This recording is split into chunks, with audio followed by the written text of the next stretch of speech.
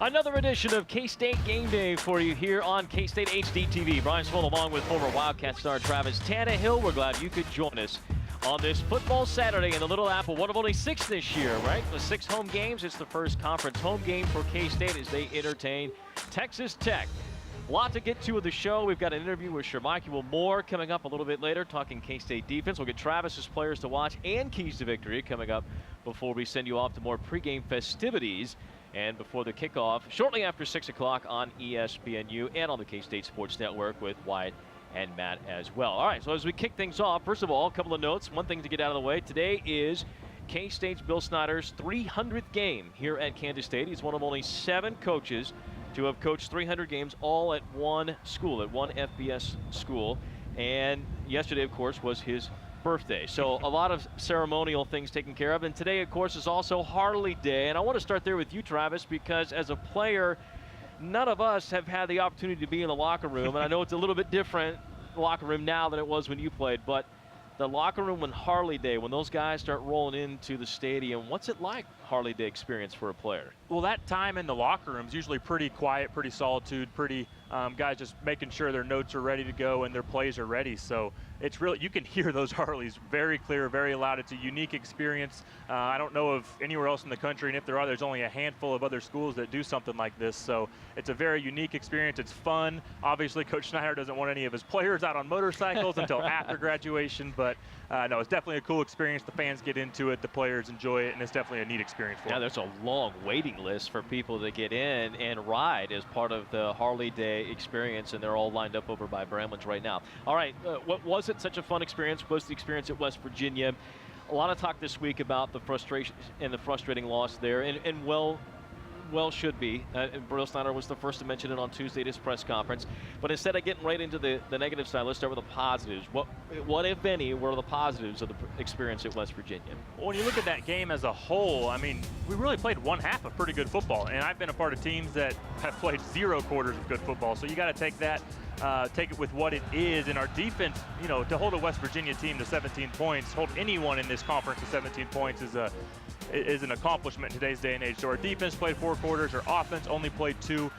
Coach Dimmel, that offensive staff, will build on that, see what plays were working, see what players were out there making plays, and just really grow from that, because we're really 2 quarters on one side of the ball away from putting together a complete game. And that was the frustrating part, was that for the most part it seemed like, boy, just one thing would turn right and you could win the game. Bill Snyder said it on Tuesday.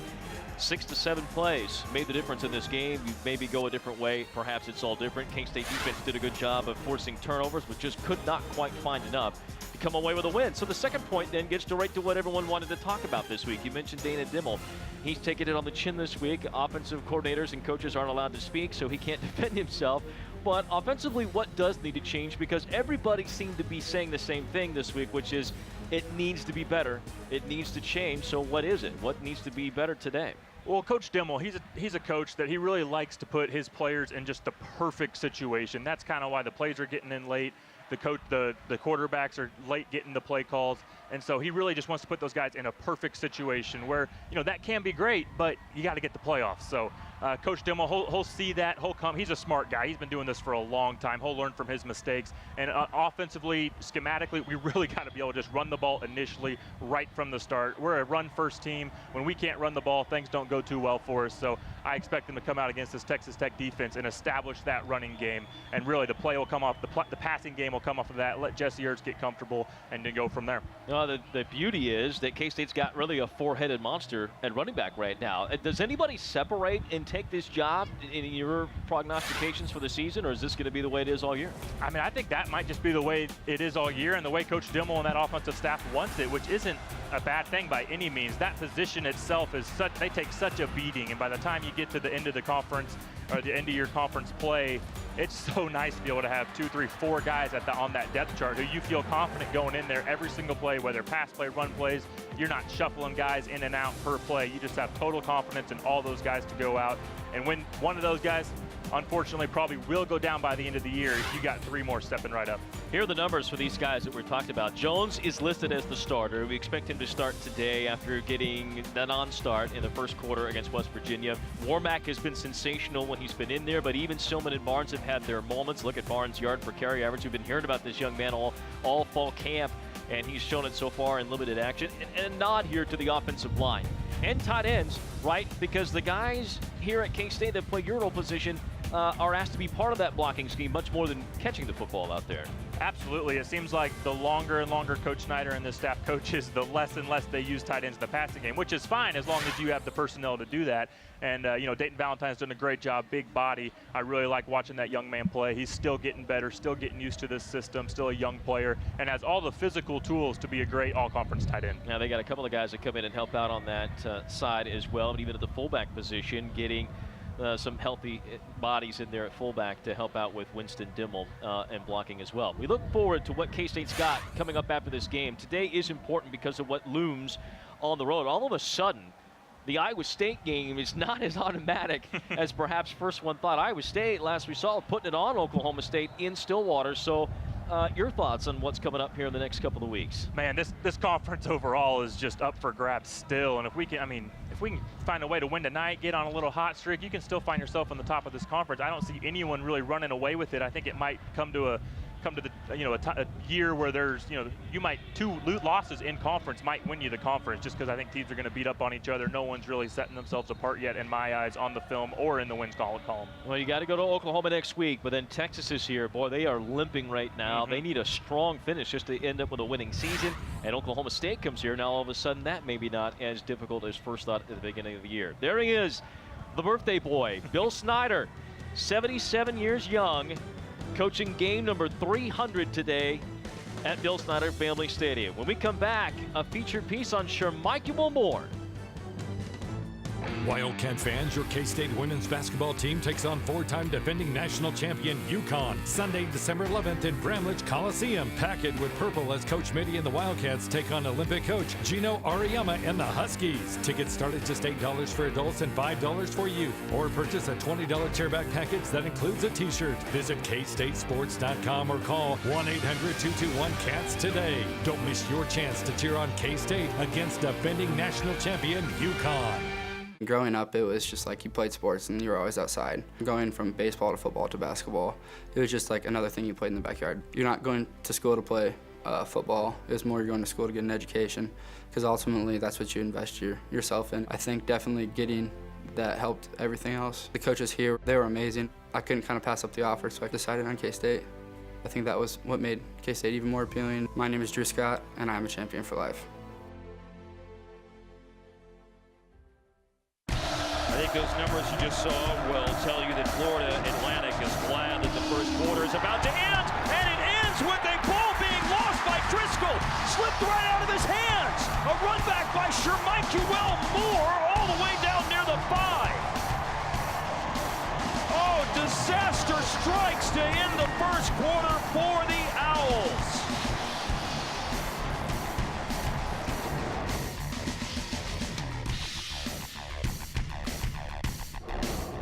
I think that we're progressing. I think that everybody's, running to the ball. Everybody's ball hungry. I think our secondary is playing good. Our D-line is playing phenomenal. Our linebackers are playing good. Jordan Willis, Tanner Wood, Davis Clark.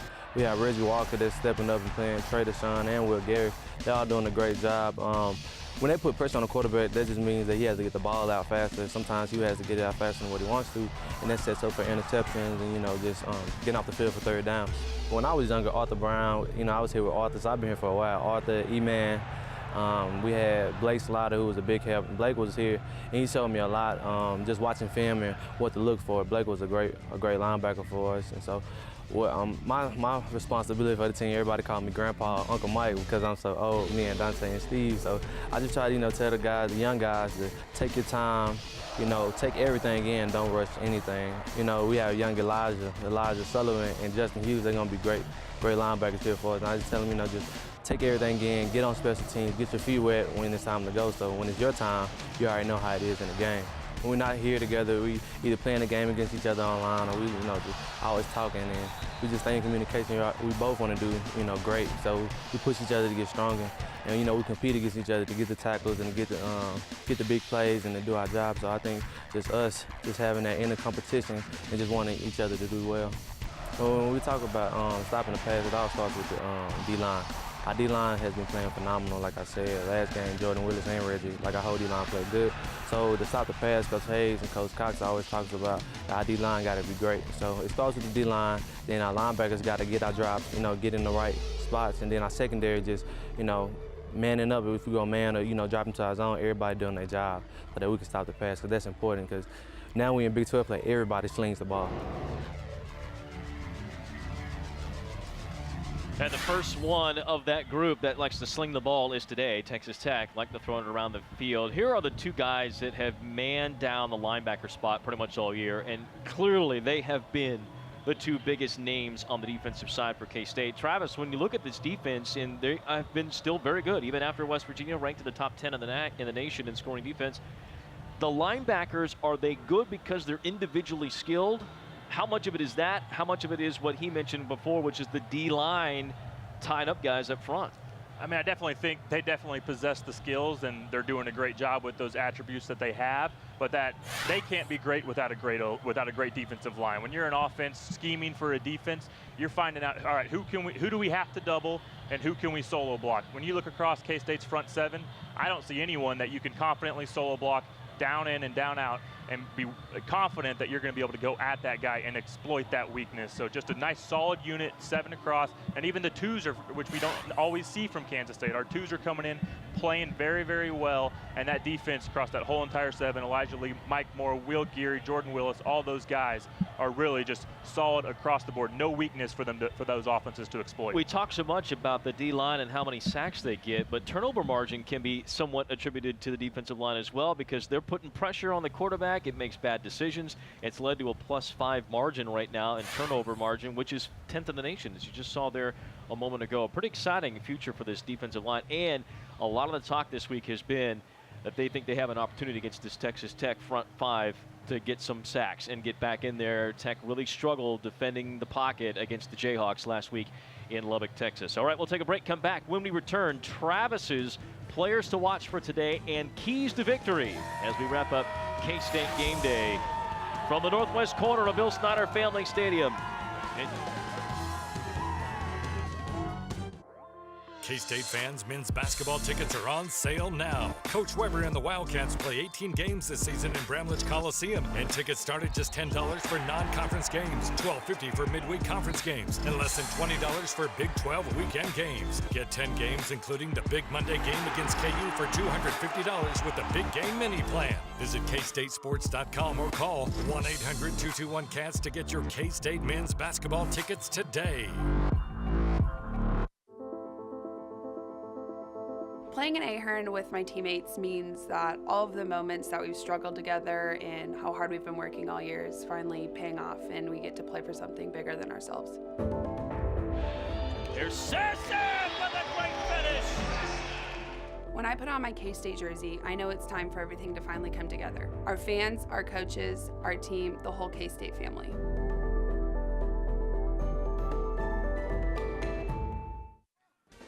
Last time that Texas Tech visited the Little Apple, a guy by the name of Tyler Lockett was running wild as K-State dominated with behind this memorable catch of Curry Sexton. Who would ever forget that one-handed grab in the end zone? Cats roll 45-13 in 2014. You're looking for more of the same today.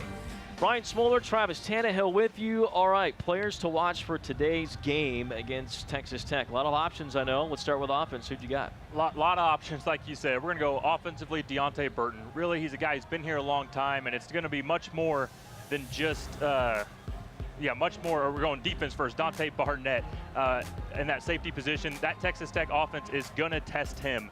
He's going to have to come out there, play great coverage. Texas Tech offense been getting off to hot starts this season, so staple that, get that on lockdown, give this K-State offense a chance.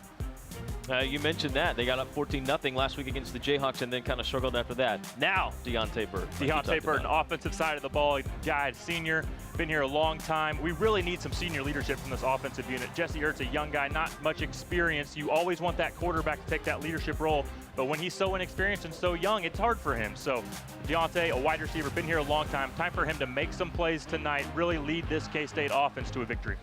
Manhattan High native. We'll see if he can break out today. There are the players to watch. All right, keys to victory for today's game. I mean, offensively, that's what everyone wants to talk about all week. Is that part of your keys to victory for today? Absolutely. You know, offense needs to do a better job. But first of all, like I said with Deontay Burton, that senior leadership. This game, Texas Tech's going to put some points on the board. They're a good enough offense that they're going to score. Are we able to come back from those and rally and not give in to that Texas Tech offense and just play some good football? Secondly, our defensive secondary. They're going to be tested tonight. That Texas Tech air raid offense is so good, getting the ball out. It doesn't matter who lines up at quarterback. It's a great system, and that's what those coaches preach. So whoever they plug in at quarterback is going to do a great job. That defensive secondary needs to step up. Lastly, that player and coach communication we talked about earlier. That's not just the play calls. We need to find out what that defense is playing, what adjustments we need to make defensively. Is Texas Tech offense doing anything different than what we expected them to do on film? That player-coach communication, so important, and that's something that's very easy, so hard to control, but should be done every single game. You know, West Virginia surprised K-State a little bit with a lot of blitzing. We'll see what Texas Tech dials up on defense. Then offensively, the big question mark, does Patrick Mahomes go today for Texas Tech? Or is it Nick Shibanek, the Iowa transfer, who lit it up in the fourth quarter against the Jayhawks last week? Thanks again. Appreciate it. Good work today. Always fun. Stay tuned. For those of you watching online, you can check out the rest of pregame coverage of the band show and everything else all the way up till kickoff shortly after 6 o'clock on ESPNU. For our entire crew, for Travis Tannahill, I'm Brian Smoller. Thank you for watching K-State Game Day here on K-State HD TV.